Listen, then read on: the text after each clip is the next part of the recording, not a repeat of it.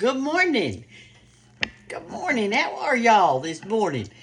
I am going to make some gravy.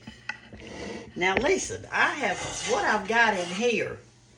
Right here, I got about 5 tablespoons of sausage grease where I fried some sausage. Look at that smoke coming up off of there. I guess I dropped something down in there my eye. Y'all seen me make gravy before, but I gotta make it today. So I want you to be with me this morning, bright and early. You get your grease hot like this. And then I am going to put in some flour. You can put in any kind you want, self-rising or plain. It doesn't, or all-purpose rather. All-purpose or self-rising. I'm going to put in all-purpose. And so what I'm going to do is I'm going to come over here to my flour container. I keep it over here on the cabinet in a jar. And I'm going to put some in here, and since I've got about 5 or 6 tablespoons of grease, I'm going to tell you how much I'm going to put in here. Alright, I'm going to just measure it out. Alright, there's 1 tablespoon, 2 tablespoons, 3 tablespoons, 4 tablespoons. I'm going to put 4 tablespoons of flour in it. Now notice that I didn't, let me move this out of the way where y'all can see. Notice I did not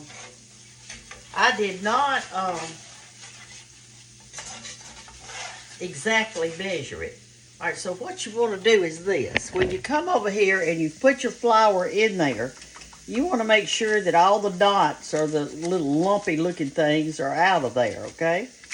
I'm just flattening them up with this. I'm going to turn it up just a little bit. And that looks a little too soupy right there, so I'm going to add some more. I think I'll add 1 tablespoon more and 1 tablespoon more. It does not have to be exact. Okay, press that around.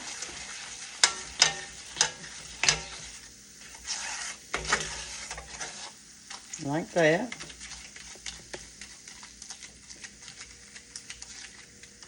All right, there we go.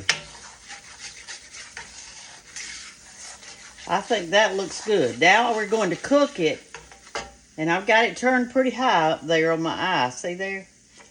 And we're going to cook it until it browns up as much as we want to. Now, you really do need to stir this the whole time you're doing it, okay? Just stir, stir, stir, and we're going to get it brown. In the meantime, we're going to put just a little salt because sometimes your gravy, your grease that you have in it is already kind of salty, so you don't want to put too much right now, just a tad. And you want to make sure that you put some pepper in it. Pepper makes gravy good. All gravies, whether it, I'm going to talk to you in just a minute about different kinds of gravy. I imagine some of y'all are watching and you're thinking, I don't want all that grease. Well, once you get your water in there, there's really not that much grease, and here's the reason. We only put 5 tablespoons of grease in it, and you're going to get a lot of servings out of this. A lot of servings, all right? Look and see what's happening now. See how it's turning brown and it's thickening up? That's cooking your flour right there. You've got to do it with a flat spatula now. You can't do it with a spoon because you've got to stir every inch of it like that. All right, now then. Now we're going to put in some water. I've already gone over to my sink and got me some water. When it gets as brown as you want it, that's when you're going to put your water in. I like to stand back just a tad so that steam doesn't get all over myself. All right, now then, we don't know how much water we're going to need. At this time, you can pour you out a whisk if you like to, which I'm going to do. But this looks a little thick. Let me show you what I'm saying here. It looks a little bit thick. See there? Because my gravy's got to cook. So I'm going to put in a little more water. And give that gravy time to cook. I'll take my whisk and make sure I don't have any lumps in it. You're going to be able to tell, y'all, how much water that you need in yours. You're going to be able to tell. Now, let's talk about different kinds of gravy while this is cooking. I'll put these grits back over here. I just want you to see up close how to do that other, because I got to cook these. All right, so let's pretend that it was supper time and you had just cooked a big skillet of smother fried chicken. Well, there's grease in there from that chicken that you just cooked, right? You just cooked the chicken. I mean, there's grease in there. I need more water, y'all, so let me get this other thing. It's getting too thick. So, you take your chicken grease, and according to whether you want a lot of gravy or just a little tiny bit, and you do the exact same thing as I just did with this sausage gravy. Exact same thing. You put your flour in it, you stir it till it gets brown, and then you can put in your water. Now, some people will say, Brenda, I always use milk in my gravy. Well, I do too sometimes. I use whole sweet milk in my gravy. And when I do, I call that more of a cream gravy, I guess you'd say. But sometimes I don't want to taste milk. I want to taste the whatever meat I've got in it. Sometimes I do make cream gravy and sometimes I don't. All right, that looks pretty good to me. So what I'm going to do now, I'm going to turn that down. And what I did is I put my bowl that I'm going to put my gravy in, I put it in the oven right here because I'm cooking something else to get it warm so that when I do put my gravy in here, it doesn't turn cold. You can save gravy overnight, but I will say this. I don't normally save breakfast gravy, okay? Oh, and let me tell you this, too. This is something you need to know. Look down in here. See how it's thickening up, but I've got it turned down? Well, it's cooking the flour in there now. Let me pull this over here where y'all can see that. There we go. See that? This is the time that you're going to taste it. And see if it's got enough salt and pepper. You're cooking your flour.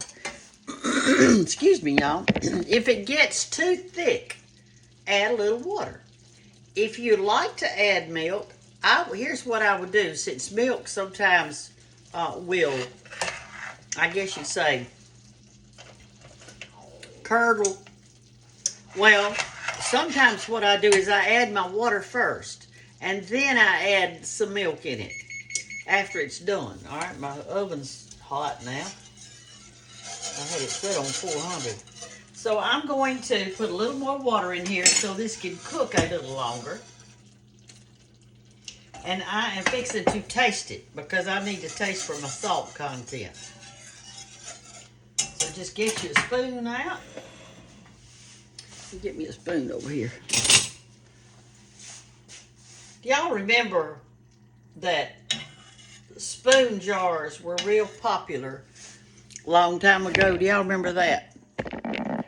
They were popular. And I have a spoon jar. Let me taste this and I'll show it to you. It needs salt. So I'm fixing to guesstimate. But it does need some salt.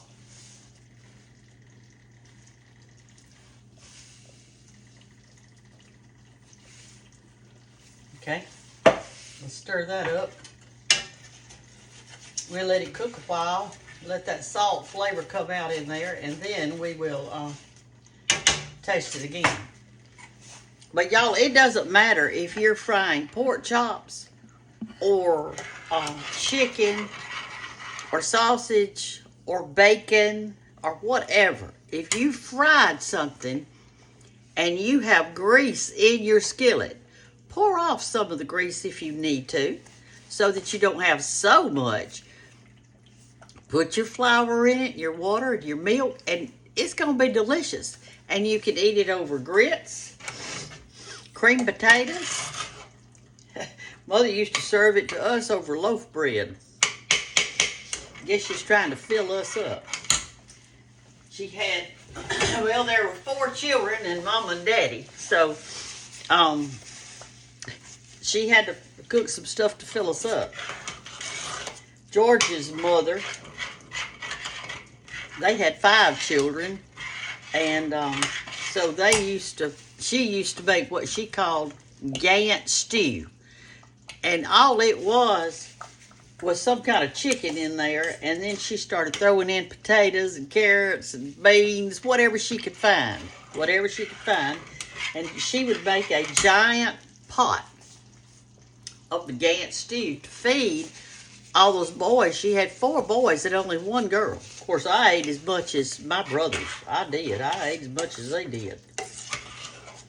And I still eat a lot. I eat a lot of food. I have to have it. If I don't eat, I don't have any energy. So I have to eat. My stomach gets to growling. I'm going to put some water in my grits. They're beginning to be too thick. All right. So anyway, so you could make that. Now all you do when you're making a roux for gumbo or whatever you need a roux for, you do it the same way. You just put your butter or your grease in your skillet and do it just like this with the flour and all, and that makes a roux for some of your dishes that you want to be a little bit thicker, and that'll be a good thing. Let me see what else I was going to tell you about gravy. Oh, I know what it was. When you're making, I love tomato gravy. If you've never tried it on a biscuit, oh my goodness, it is so good. You just make this brown gravy just like that.